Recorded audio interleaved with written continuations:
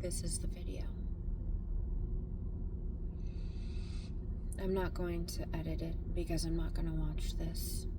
I'll cut off the first few false starts and so you don't have me sitting for 15 minutes in silence. I have to make this to advance.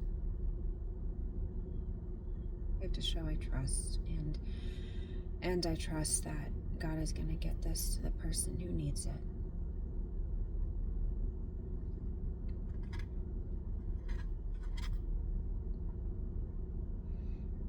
I ask that if you know me, you don't watch it. But I know the human condition, and I know that people are curious. So if you do watch it, don't ever talk to me about it, because if you bring it up, I will stonewall you. I will never speak to you again. I don't care who you are. I'm not going to come back and look at comments. I'm not going to title it. I'm going to post it in the middle of the night. Because I have to trust that the person who needs it will get it. Because this is supposed to help someone, and I'm not gonna know who until the end. Then I'll know. But I didn't trust God, and now I have to throw myself into that trust and sacrifice and show care for a stranger enough that I expose myself.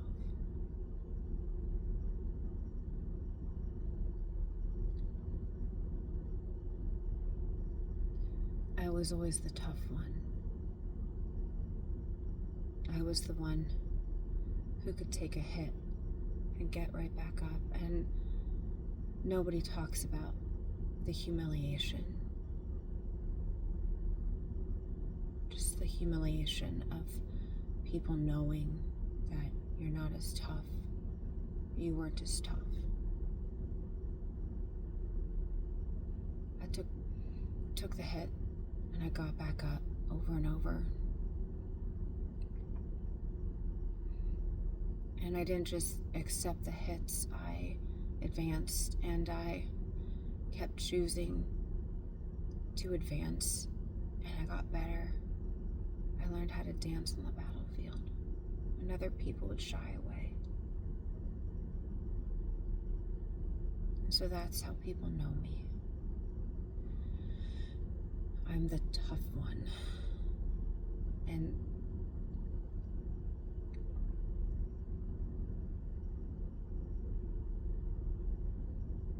it's humiliating.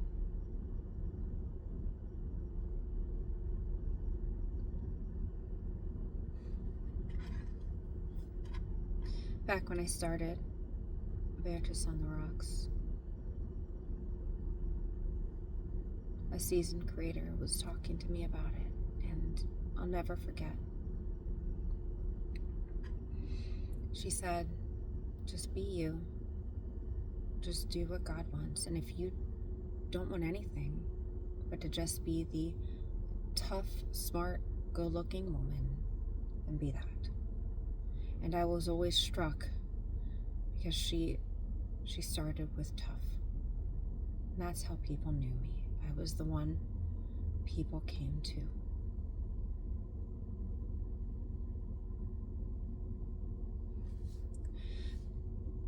So this is my DV story. And it's been 15 years since the last guy. And we don't have any more mutuals. Maybe he's still following me. When I started Veritas on the Rocks, he sent me a note about it. Don't mention it.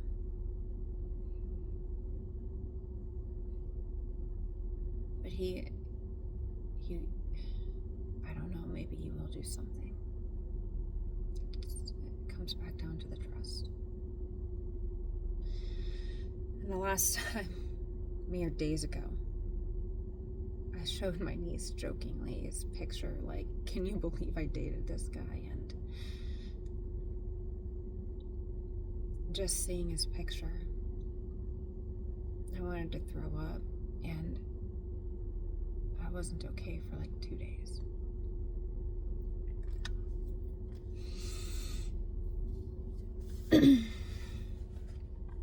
But I trust. I trust that I'm going to be okay. I trust.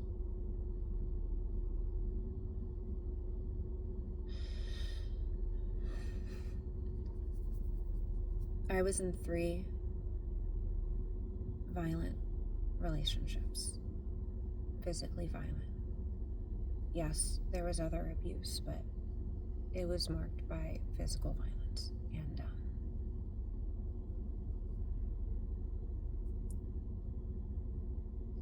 I guess if you see something, say something. Because I think someone's going to see this and save someone else because they remember it. That's what I think this is.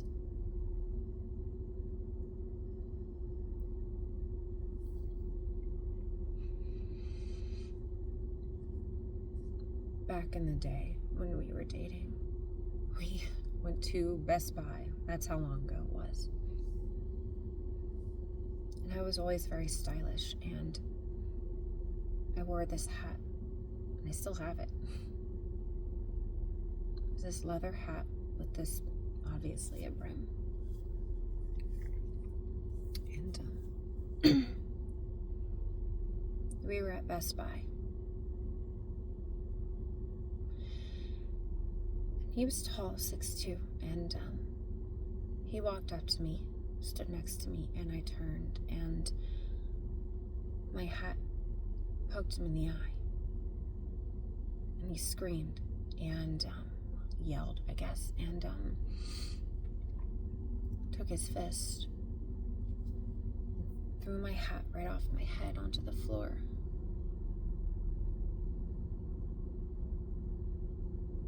There were 7 people who saw it happen. 7.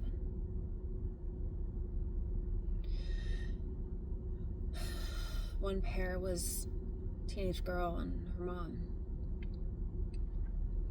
They were a couple middle-aged guys, I guess, and there's a girl in her 20s. Just a hodgepodge of random people. But there were 7. And after yelling at me and knocking my hat on the floor, he stormed off. And I remember thinking,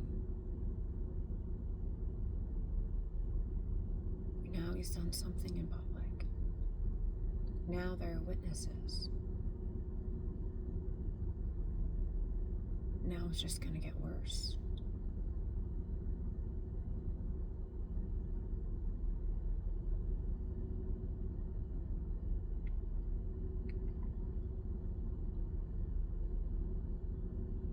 And I didn't want anyone to know. But now people knew.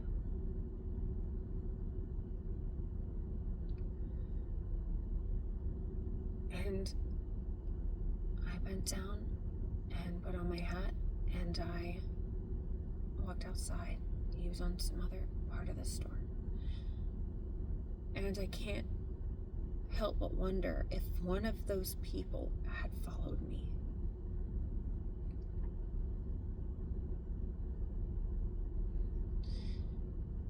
If one of them had said, "Are you okay?" That was it. I would have said no. I was 1,000 miles from home. If someone had just said, "Do you need to go somewhere?" I would have said yeah. I would have. And it would have saved me from worse, much worse. Because after someone becomes so bold to do things in public, You're so much bolder in private.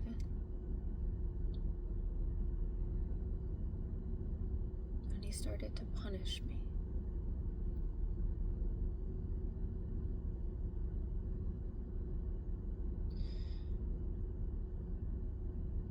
But even then, I kept thinking he wasn't as bad as the guy before him.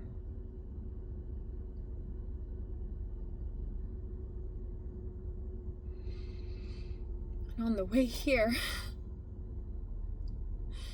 was just looking for somewhere to park to force myself to do this. Because the day is the day.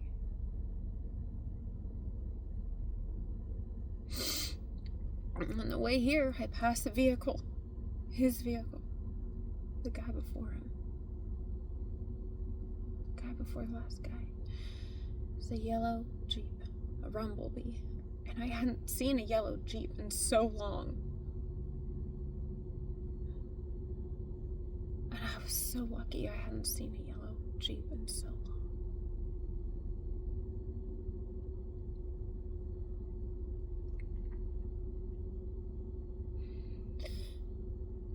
Because in his yellow Jeep, I fought for my life.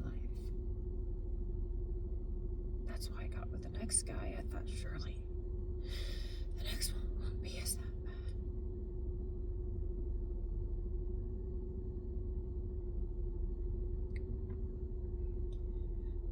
We had parked at a secluded church.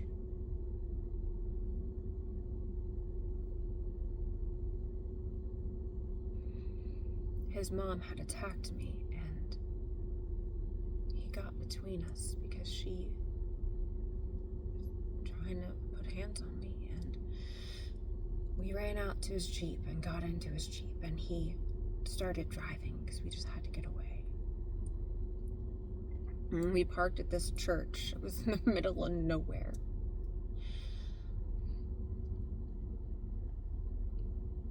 And he told me he wanted to go back. And I said no.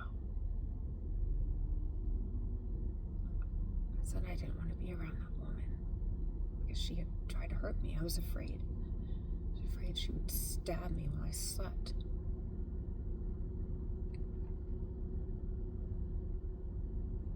And then he lost it. And he hadn't been anywhere near that bad.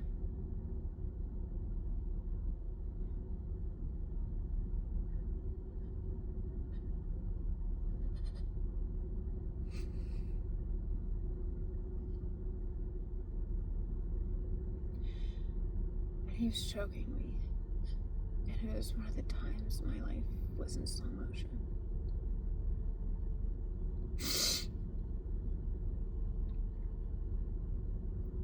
And I remember the disbelief, and then thinking, how am I gonna get out of this? And I took my thumb, I jammed it into his eye, and I opened the door and fell out after he grabbed his face and let go of me. And then I turned and I ran because we were parked by these woods in the middle of nowhere. And it was a Friday night. And I remember thinking I just have to stay hidden until Sunday, because Sunday people would come. They would come to church and I could get help because I didn't have my phone because it was still in his Jeep.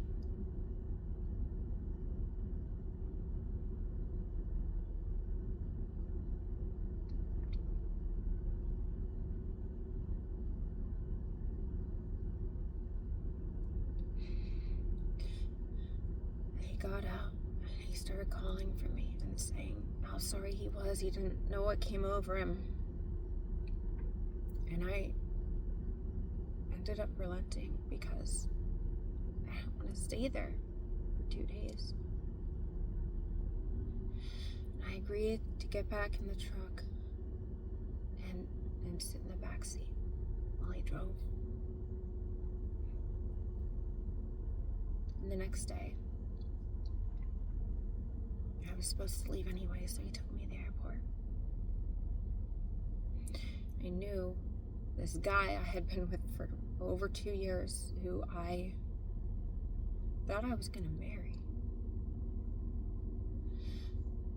I knew the statistics, and I knew I had to run, and we had made up, and he said he was sorry, and I kissed him goodbye for what I knew would be the last time. And then I jumped out of the fire and into the frying pan. And I thought next guy wouldn't try to choke me out. That's a fluke.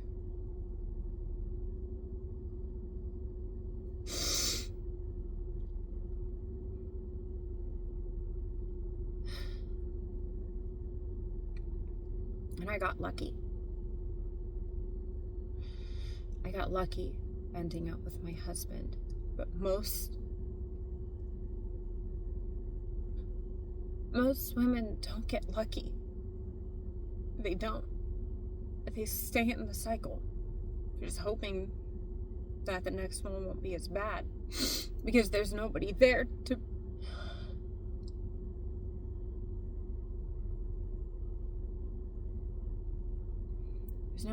break the cycle.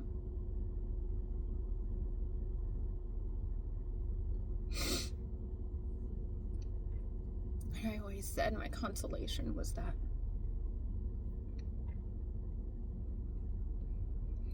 I would say the things that people needed to hear,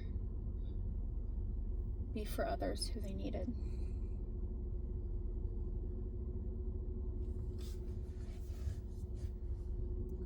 And that was my bread.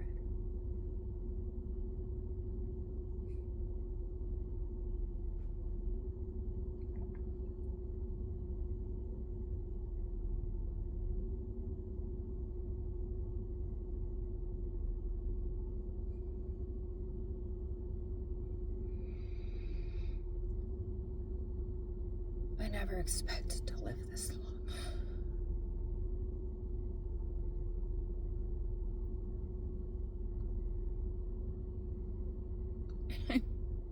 I'm so provocative. Because I know that's how I'm gonna die. I joke about it, but that is it. Because that's what I always expected. We are manifesting.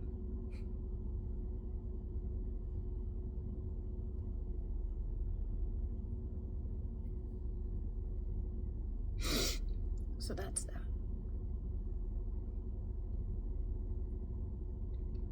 I don't know why. I don't know why I had to do this.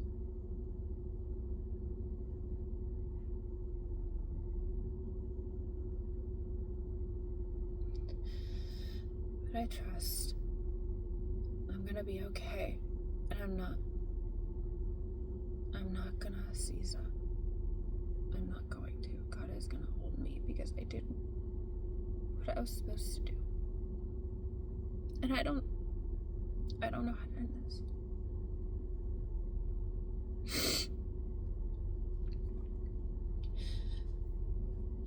I'll know in the end who this is for.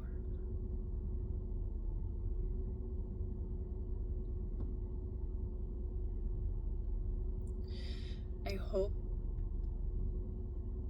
the person God puts this in front of remembers it and saves her when they see her.